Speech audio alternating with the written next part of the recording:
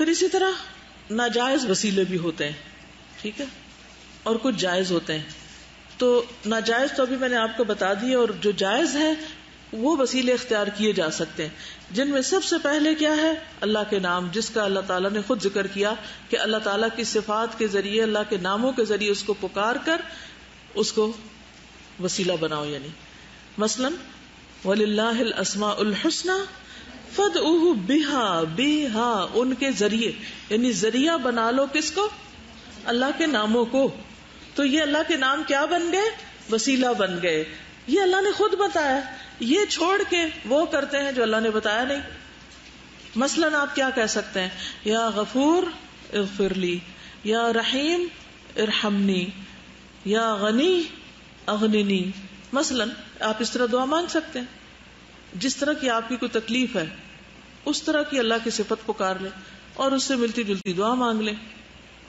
یا رزاق، یا رزاق ارزقنی، یا ستار استرنی. یعنی کہ جس طرح کا آپ کو کوئی مسئلہ ہے، پرابلم ہے، آپ اس طرح کے قریب ترین نام کو زیادہ کثرت سے پکار لیں. مثلا حضرت یعقوب علیہ السلام جب بچوں کو رخصت کر رہے تھے تو انہوں نے اللہ کی کون سی صفت کا ذکر کیا تھا؟ واللہ خیر حافظا وہو ارحم الراحمین. تو اس طرح اور بھی چیزیں آپ کو مل جائیں گی. یا مغیث غثنی. ٹھیک ہے، تو ہمیں اللہ کے ناموں کو وسیلہ بنانا چاہیے. نمبر 1. ٹھیک ہے، جو کل باتیں ہوئی تھی انہیں کی کنٹینیوشن ہے، صرف دوبارہ تھوڑی سی تاکیدن بیک گراؤنڈ سمجھا کے بات کر رہی ہوں. پھر ضروری نہیں کہ کسی ایک ہی نام کو وسیلہ بنا لے اور ایک ہی پڑھے 1,00,000 دفعہ. بعض لوگ یہ کام بھی کرتے ہیں اور اس میں کوئی روح نہیں ہوتی، اور گنتی پوری کرنے کے اوپر سارا زور ہوتا ہے. تو اللہ کے سارے ناموں کو وسیلہ بنا سکتے ہیں آپ. مثلا جس کو کوئی رنج و غم ہو تو اس کو دعا سکھائی گئی نا، اللہم انی عبدک ابن عبدک ابن امتک ناصیتی بیدک ماض فی حکمک عدل فی قضاؤک اسألک بکل اسم هو لک.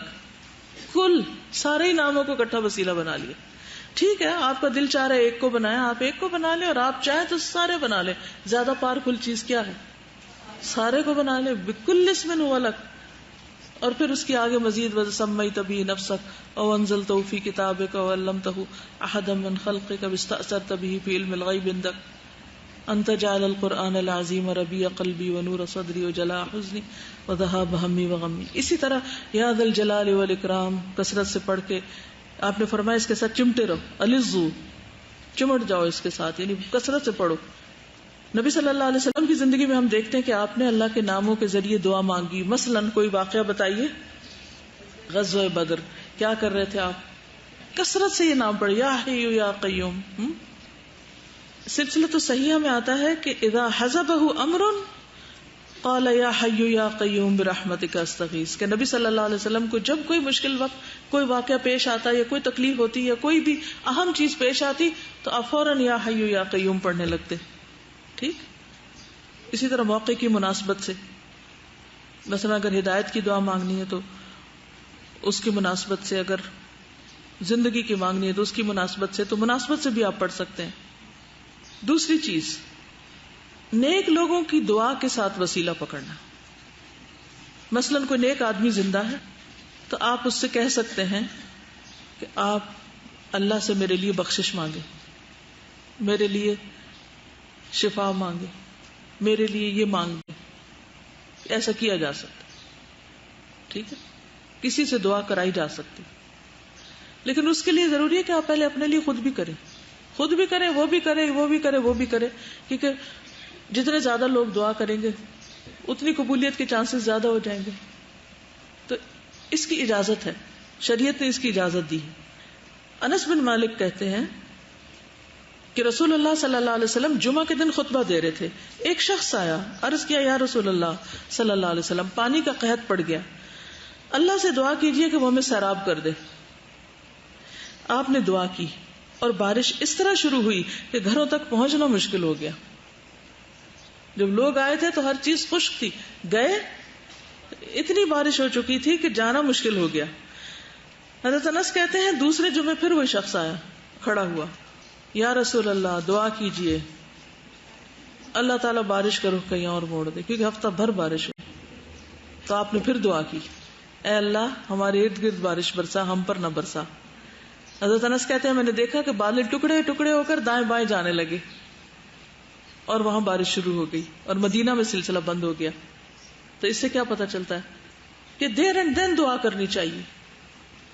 اگر کوئی آپ سے کہے کہ آپ میرے لیے دعا کریں، اچھا ایک تو یہ جو لوگوں نے طریقہ بنایا نا آپ دعا کریں، نہیں بتاتے کیا دعا. اب مثلاً آپ کسی سے صرف یہ کریں کہ آپ دعا میں یاد رکھیے، چلیے اچھا آپ دعا کر دیں. نہیں دیکھیے کوئی اسپیسیفک بتانا بھی چاہیے نا، آپ کو کیا تکلیف ہے، کس چیز کی دعا، تاکہ دوسرے کے لیے بھی کچھ آسانی ہو جائے. اس طرح تو آپ دوسرے کو بھول بھلائیوں میں چھوڑ دیتے ہیں. آپ جب بھی کسی کو کہیں تو آپ کہیں کہ میرے لیے بخشش کی دعا کریں، میری صحت کے لیے دعا کریں، فلاں چیز کے لیے دعا کریں. ٹھیک ہے؟ ہر ایک کو ہر وقت بھی نہیں کہتے جانا چاہیے. جو وسیلے کے ذرائع ان میں سے صرف ایک ذریعہ ہے یہ، اور باقی بھی بہت سارے ہیں. تو ہم نے اسی ایک کو کیوں پکڑ لیا اور خود فارغ ہو گئے؟ باقی جو ہے ان کو بھی تو اختیار کریں نا، جس میں خود کچھ کرنے کی بات ہے. مثلاً ایک عورت کے 3 بچے فوت ہو چکے تھے، تو وہ آئی آپ کے پاس کہنے لگی اللہ کے رسول صلی اللہ علیہ وسلم 3 بچے دفن کر چکی ہوں، آپ اس کی زندگی کی دعا کریں. تو آپ نے اس کے لیے دعا کی. حضرت ابو ہریرہ کی والدہ جو تھی وہ اسلام کے بارے میں برا بھلا کہتی تھی. تو حضرت ابو ہریرہ بہت دکھی دل کے ساتھ آئے کہ آپ میری والدہ کی ہدایت کی دعا کریں. تو آپ نے دعا کی، واپس گئے تو وہ مسلمان ہو گئی. تو اس طرح کے واقعات ملتے ہیں کہ آپ نے دعا کی اور وہ قبول بھی ہوئی. آپ صلی اللہ علیہ وسلم کی زندگی کے بعد کیا ہوا؟ حضرت عمر رضی اللہ تعالیٰ عنہ نے رسول اللہ صلی اللہ علیہ وسلم کے چچا عباس کی دعا کو وسیلہ بنایا. اس میں بندے کو نہیں بنایا جا رہا، بندے کی دعا کو وسیلہ بنایا جا رہا. یہ بھی قابل غور بات ہے، کیونکہ لوگ آپ کو یہ دھوکہ دیں گے، وہ کہیں گے کہ حضرت عمر نے بھی تو حضرت عباس کا وسیلہ پکڑا تھا، وہ ان کی دعا کو وسیلہ بنایا تھا. ٹھیک.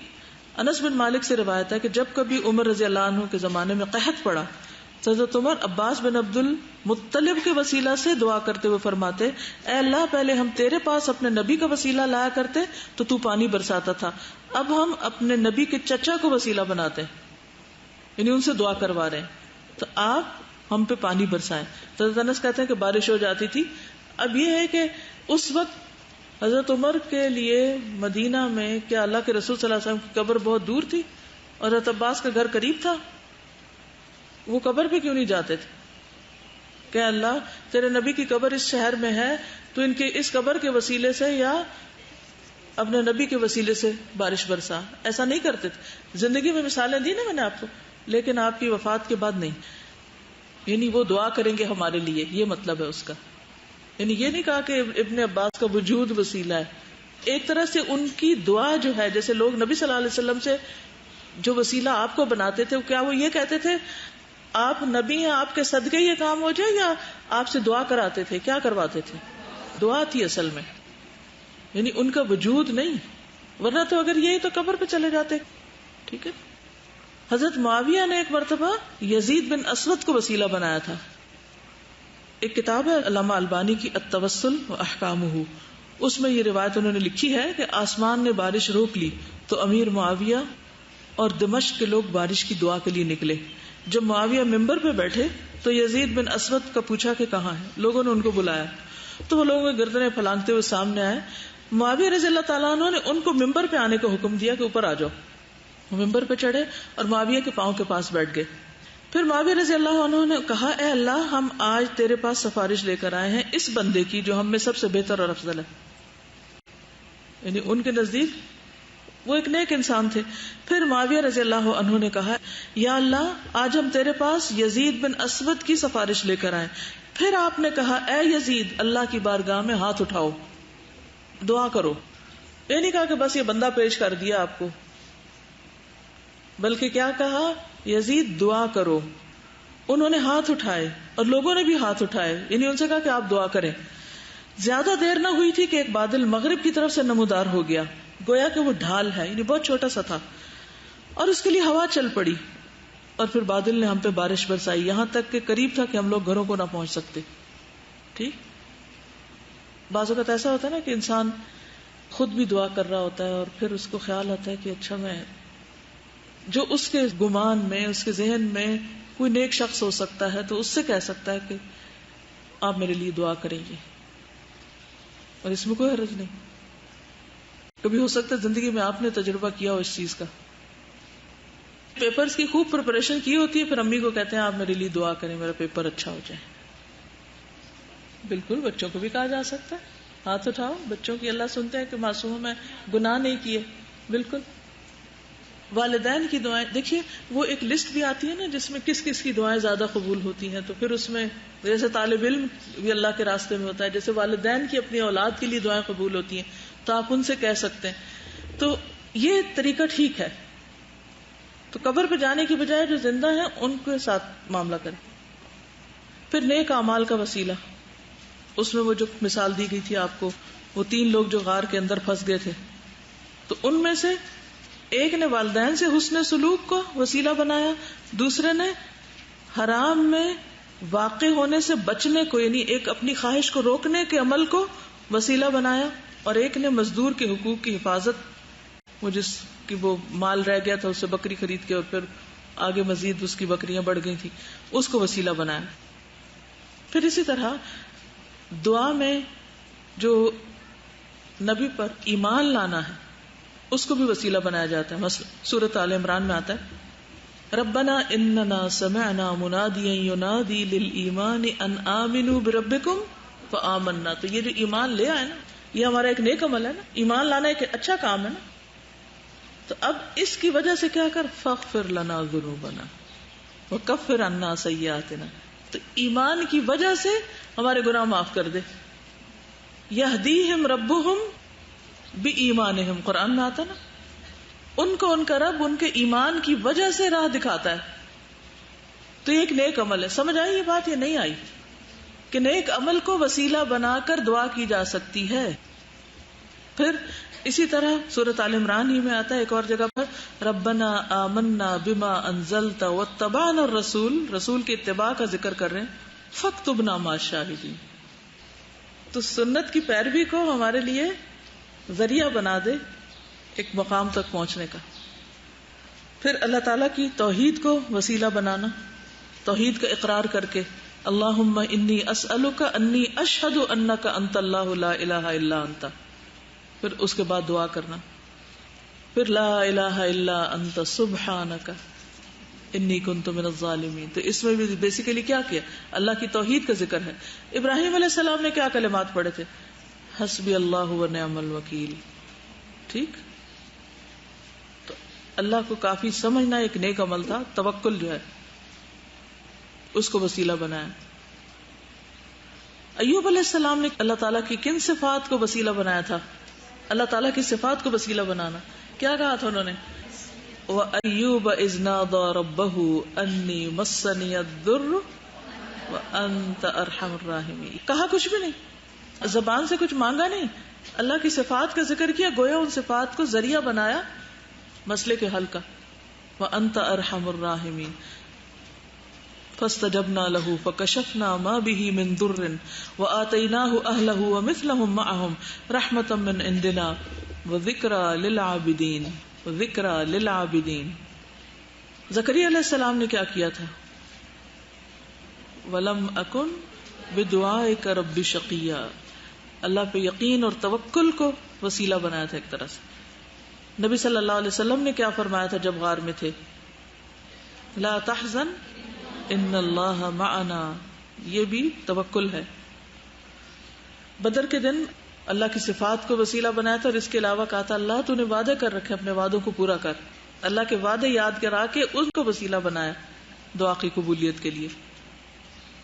اسی طرح گناہوں کا اقرار کر کے انی کنت من الظالمین، یہ بھی ایک طرح سے وسیلہ پکڑنا ہوتا ہے. کیونکہ وہ جو 3 لوگ تھے نا جنہوں نے وسیلہ بنایا تھے، اس میں سے ایک نے کیا کہا کہ میں فلاں گناہ سے بچا تھا. تو گناہ کا اقرار یا گناہ سے بچنے کے واقعے کو وسیلہ بنایا. پھر اسی طرح اللہ سے حسن ظن اور امید کا ذکر کرنا. پھر اللہ کو کافی سمجھتے ہوئے اللہ سے دعا کرنا. وہ جس بندے نے 1000 دینار قرض لیے تھے اور پھر اس کے پاس کوئی نہیں تھا جانے والا، تو اس نے اللہ کے بھروسے پہ وہ ایک لکڑی میں ڈال کے لکڑی اس طرف بہا دی. اسی طرح ایک عورت کا اللہ کو قسم دے کے وسیلہ پکڑنا. رسول اللہ صلی اللہ علیہ وسلم نے فرمایا کہ ایک عورت ایک گھر میں رہائش پذیر تھی. وہ 12 بکریاں اور کاٹنے کا تکلا یعنی وہ چرخا ہوتا ہے نا جس کے ساتھ وہ بننے کا کام کرتی تھی چھوڑ کر مسلمانوں کے ایک فوجی دستے میں ان کے ساتھ چلی گئی. وہ جا رہے تھے کہ جہاد پہ، وہ بھی چلی گئی. واپس آئی تو دیکھا کہ بکری اور تکلا دونوں ہی نہیں. اس نے کہا میرے رب، تو نے اپنے راستے میں نکلنے والے کی حفاظت کی ضمانت دی اور میری تو ایک بکری اور تکلا گم ہو گیا. اب میں تجھے قسم کے ساتھ واسطہ دے کر تجھ سے اپنی بکری اور تکلا طلب کرتی. پھر رسول اللہ صلی اللہ علیہ وسلم رب سے اس کے مطالبے کی شدت کا تذکرہ کرنے لگے کہ کس شدت سے اس نے دعا کی، اور فرمایا اس کی بکری کے ساتھ ایک اور بکری اور اس کے تکلے کے ساتھ ایک اور تکلا اسے ملا. یعنی اتنی دعا قبول ہوئی کہ پہلے سے بھی زیادہ مل گیا. اصل بات یہ ہے کہ ہم اور بہانے ڈھونڈتے ہیں کہ ہماری کوئی دعا قبول ہو. ہمیں کچھ خود نہ کرنا پڑے. کام چور لوگ ہیں، بلیو می. ہم محنت کے عادی نہیں، نہ دنیا کے معاملات میں نہ دین کے معاملات میں. دنیاوی معاملات میں بھی ہماری میجورٹی کیا کر رہی ہے؟ نقل، ادھر ادھر جھک مار کے کوئی ڈگری حاصل کر لیتے ہیں، پھر آتا جاتا خاک نہیں. پھر وہ ہر ایک کی منت کرتے ہیں کہ ہم کو کوئی نوکری مل جائے. پھر وہ جہاں جاتے ہیں جوتے کھاتے ہیں. پھر اس کا علاج کیا ڈھونڈتے ہیں کہ دوبارہ محنت کر کے پڑھ لیں. کیا کرتے ہیں؟ سفارش، واسطے، ذریعے، اپروچ، رشوت، یہ کروا کے کام کرا لیتے. اس چیز نے ہماری نوجوان نسل کو، خاص طور پہ جن کو پتا ہے کہ ان کے پیرنٹس کے پاس کوئی ذریعہ ہے، کوئی واسطہ ہے، انفلوئنشل ہے اور ان کی سفارش چلتی ہے، وہ کیوں پڑھے؟ وہ سارا دن گاڑیاں کیوں نہ دوڑائیں سڑکوں پر؟ کیا یہ حقیقت ہے یا نہیں؟ اللہ ماشاء اللہ، میں نہیں کہتی کہ سب یوں کر رہے ہیں، لیکن اکثریت کا حال یہی ہے. اسی طرح ہم شارٹ کٹس کے بہت عادی، بس کچھ کرنا نہ پڑے اور ہم منزل پہ پہنچ جائیں شارٹیسٹ طریقے سے. ہر چیز بس خود بخود ہو جائے یا کوئی کر دے ہمارے لیے. کوئی چھوٹا سا بھی کام ہو تو ہم کیا چاہتے ہیں؟ بس کوئی کر دے، مجھے نہ کرنا پڑے. ایک کو کہتے ہیں، وہ دوسرے کو کہتا ہے، وہ تیسرے کو، چوتھے کو، اور کام ہو کے نہیں دیتا کوئی. نتیجہ کیا ہے؟ کہاں کھڑے ہیں ہم؟ بحیثیت قوم کہاں کھڑے ہیں ہم؟ کس وجہ سے؟ یہ عقیدے کی خرابی، دینی معاملوں میں بھی دنیاوی معاملات میں بھی. جب عقیدہ یہ ہے کہ سفارش سے کام چلنا ہے تو میرا من کیوں محنت کا عادی ہو؟ پھر پتہ ہے اور طریقے ہیں کام نکلوانے کے. اور پھر جو لوگ اپنے بچوں کو دھکے دے کے نکال دیتے ہیں، جاؤ خود اپنے لیے کماؤ اور خود اپنے لیے کچھ کرو اور جو مرضی کرو. پھر وہ کرتے ہیں محنت، نہیں تو رولتے ہیں سڑکوں پہ، نشے کرتے ہیں. ہم سب اپنے اپنے بارے میں سوچیں. جو بھی کچھ کام ہم کر رہے ہیں، چاہے آپ کوئی کورس کر رہے ہیں، پڑھ رہے ہیں یا پڑھا رہے ہیں، یا کوئی بھی جو کام کر رہے ہیں، سوچیں ہم نے اس کا حق کتنا ادا کیا ہے. ہر وقت ہم یہ شکایتیں کرتے ہوئے تو ضرور ملتے ہیں کہ جس دفتر میں جاؤ اس کا حال پہلے سے بھی خراب ہے، کوالٹی کم ہو گئی ہے، مسائل بڑھتے جا رہے ہیں، یہ ہو رہا ہے، وہ سب یہی تبصرے کر رہے ہیں. لیکن اس کلچر کو چینج کرنے کے لیے خون کتنے لوگ جلا رہے ہیں اپنا؟ کتنے لوگ محنت کر رہے ہیں؟ کیا کمٹمنٹ ہے ہماری کسی بھی کام کے ساتھ؟ کیا آؤٹ پٹ ہے ہمارا؟ ہم سب کو سوچنا چاہیے. اس سے کام نہیں چلے گا. اللہ کا سودا جو ہے نا وہ بڑا مہنگا ہے. الا ان سلعۃ اللہ غالیہ. 2 رکعت نماز میں ہمارے پر بھاری ہوتی، سبق 2 سے 4 دفعہ یاد کرنا پڑے وہ ہماری مصیبت بن جاتی.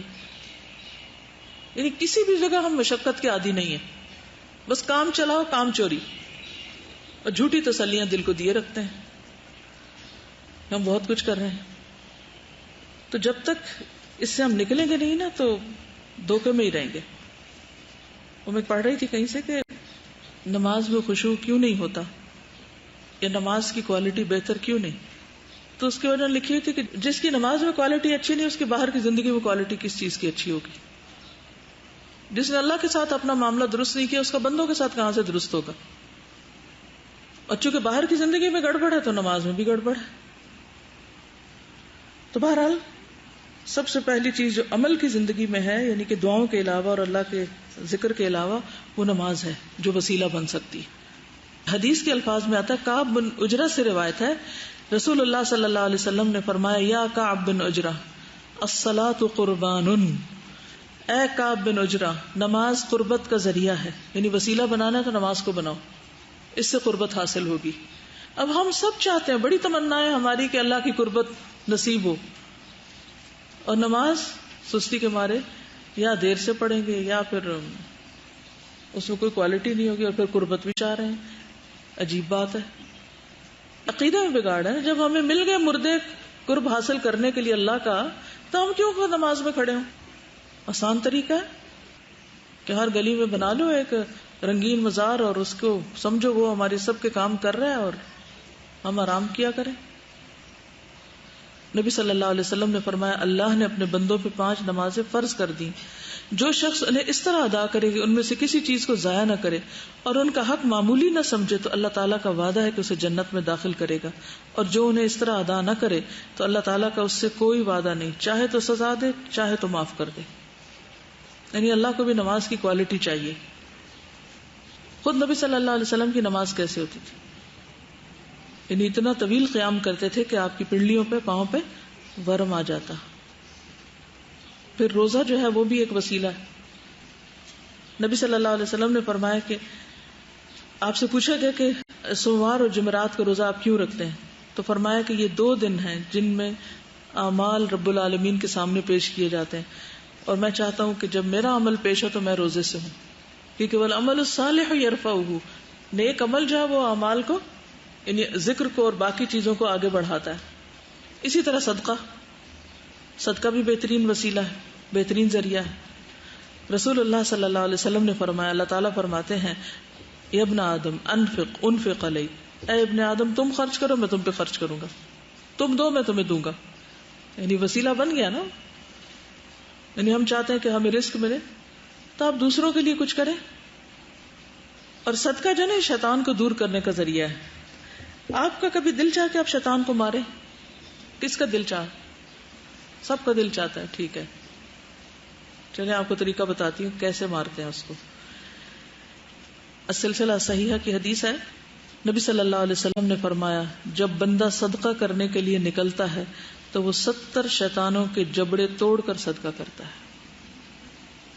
70 شیطانوں کے جبڑے توڑ کے صدقہ کرتا ہے، کیونکہ انہوں نے پکڑا ہوا ہوتا ہے کہ یہ چیز جائے نا، خود اپنے لیے رکھ لو، تمہاری بھی تو کئی ضرورتیں ہوں گی، یہ بہترین چیز اپنے لیے رکھ لو اور بس بیکار چیزیں دوسروں کو دے دو۔ تو وہ شیطانوں نے جکڑا ہوا تھا بندے کو، دینے نہیں دیتا، تو جب بندہ دیتا ہے تو ان کے جبڑے توڑ کے دیتا ہے، آزاد ہو کے پھر نکالتا ہے۔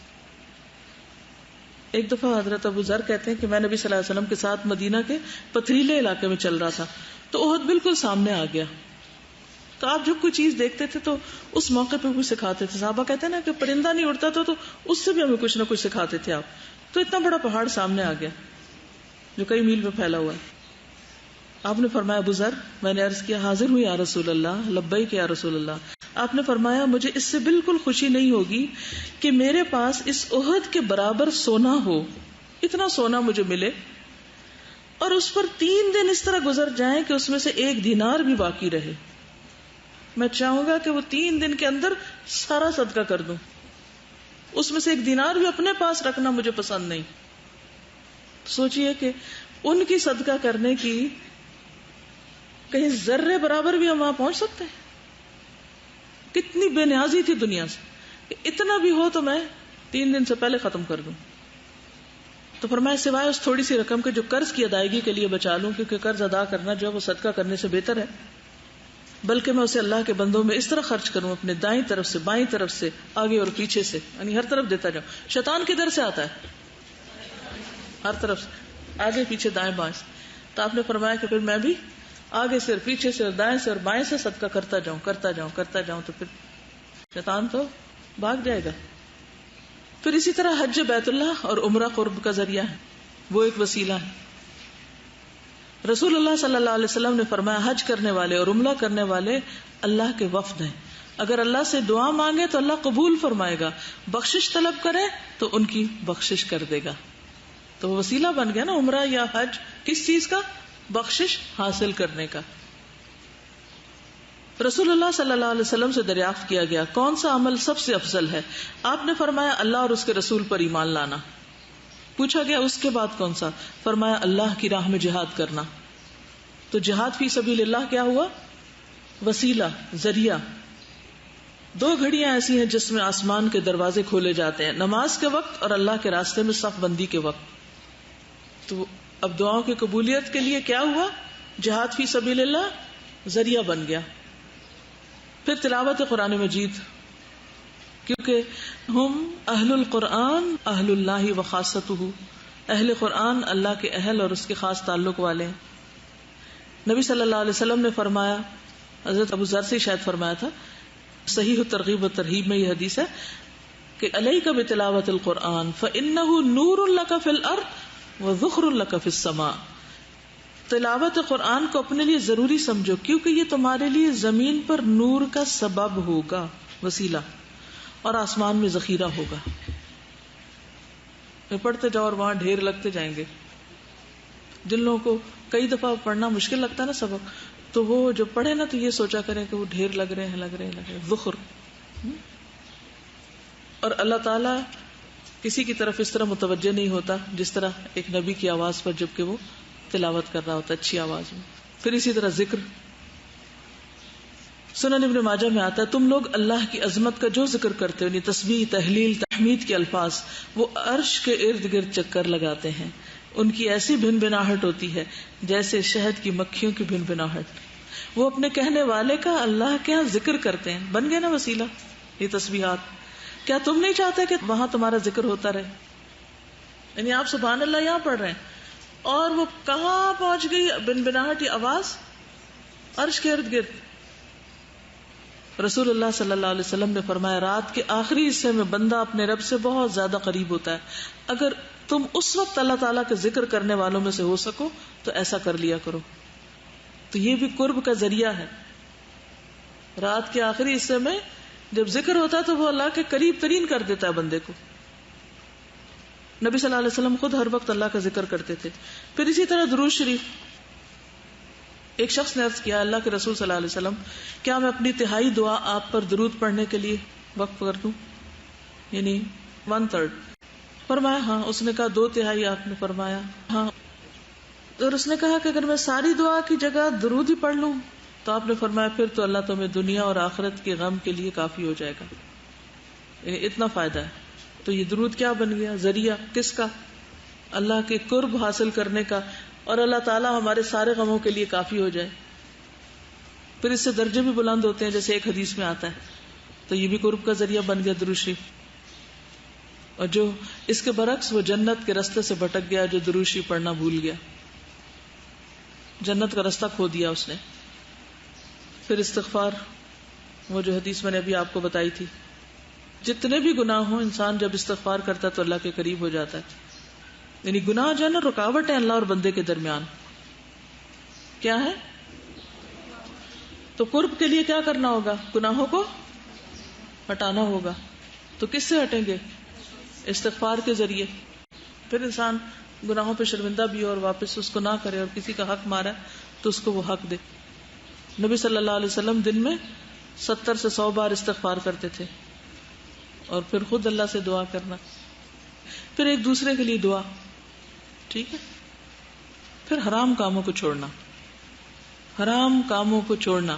رسول اللہ صلی اللہ علیہ وسلم نے فرمایا حرام کاموں سے بچو، سب سے بڑے عابد بن جاؤ گے. یعنی ایک ہوتا نا عبادت کرنے سے عابد بننا اور ساتھ ساتھ غلط کام بھی کرنا، اور ایک یہ کہ حرام کام چھوڑ دے انسان اور اللہ کے قریب پہنچ جائے. اور آخری بات، ابو ہریرہ رضی اللہ عنہ کہتے ہیں رسول اللہ صلی اللہ علیہ وسلم نے فرمایا اللہ تعالیٰ فرماتا ہے میرا بندہ جن جن عبادتوں سے میرا قرب حاصل کرتا ہے ان میں کوئی عبادت مجھے اس سے زیادہ محبوب نہیں جو میں نے اس پر فرض کی ہے. اللہ کی سب سے پسندیدہ عبادت کون سی ہے بندے کے لیے؟ جو فرائض ہیں.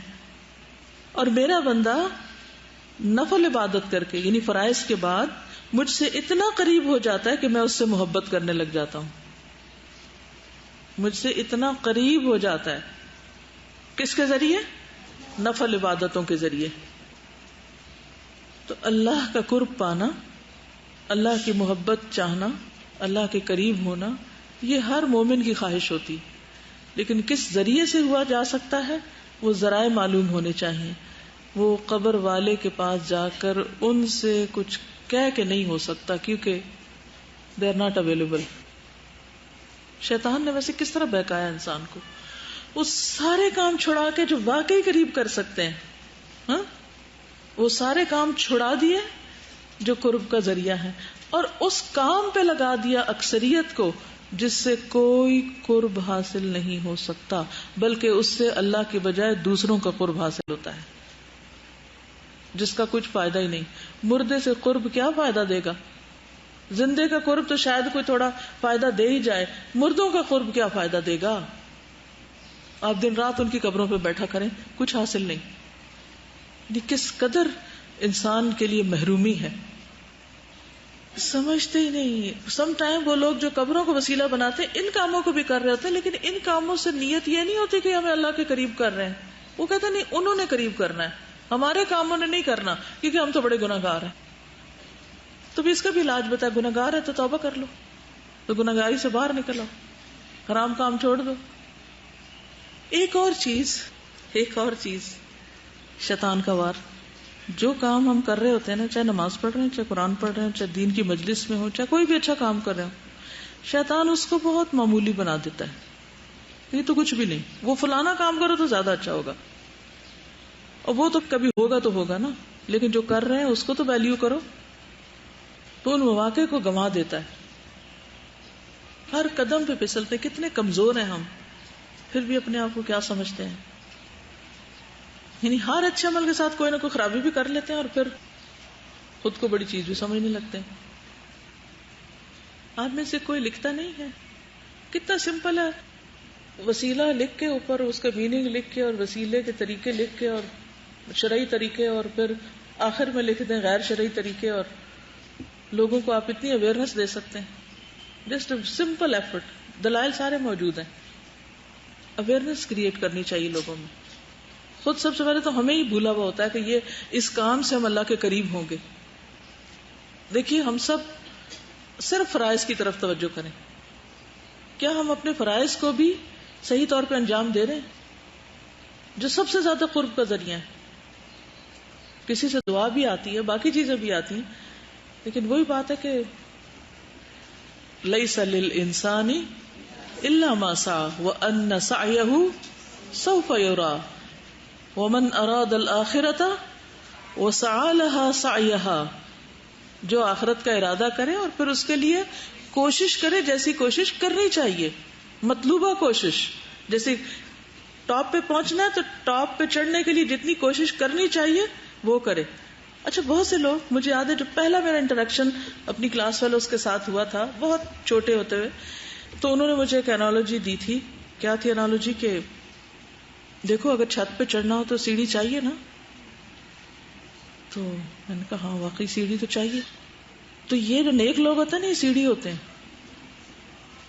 اچھا، اب اس سے آگے کیا کہیں؟ ہاں وہی سیڑھی ہے. لیکن سوال یہ پیدا ہوتا ہے، یہ تو بعد میں مجھے سمجھ آئی، کہ کیا مرے ہوئے لوگ سیڑھی ہیں بھی، جن کو آپ سیڑھی بنا کے چڑھنے لگے ہیں، اور رکھے نا پاؤں اس پہ کسی چیز کو جو سیڑھی ہے ہی نہیں. اگر آپ نے اپنے من گھڑت بنا لی اس کو سیڑھی اور رکھے آپ اس پہ پاؤں، تو اوپر چڑھیں گے یا نیچے جائیں گے؟ یہی حال ہے ان وسیلوں کا. اس چیز کو وسیلہ بنایا ہوا ہے جس کو اللہ رسول نے وسیلہ بتایا ہی نہیں، اس پہ چڑھ رہے ہیں جو سیڑھی ہے ہی نہیں. بات آپ کی درست ہے کہ اوپر جانے کے لیے سیڑھی چاہیے، لیکن وہ جو کام ہے نا وہ سیڑھیاں ہیں. ایک ایک سٹیپ آپ کو اوپر لے کے جا رہا ہے، ایک ایک آیت آپ کے درجے بلند کرتی ہے، ایک ایک رکعت، ایک ایک سجدہ جو ہے وہ درجوں کی بلندی کا ذریعہ اور قرب کا ذریعہ ہے. وہ تو آپ نے رکھ دیے ایک طرف. اگر آپ نے گھر کی چھت پہ چڑھنا ہو تو کسی بھی سیڑھی پہ چڑھ کھڑے ہوتے ہیں، کیا دیکھتے ہیں پہلے؟ کبھی چڑھے سیڑھی پہ؟ وہ جو بانس کی سیڑھی ہوتی ہے جو اسٹریٹ سیدھی سیدھی چڑھتی ہے، کسی کو بلاتے ہیں ذرا پکڑ کے رکھنا اس کو، پھر آپ ایک پہ چڑھتے، پھر ذرا اس پہ کھڑے ہوتے ہیں، پھر اگلے پہ، ایسے فوراً نہیں چڑھتے. ٹھیک ہے، تو آج کا اتنا ہی کافی ہے. سبحانک اللہم و بحمدک، اشہد ان لا الہ الا انت، استغفرک و اتوب الیک۔ السلام علیکم و رحمۃ اللہ وبرکاتہ۔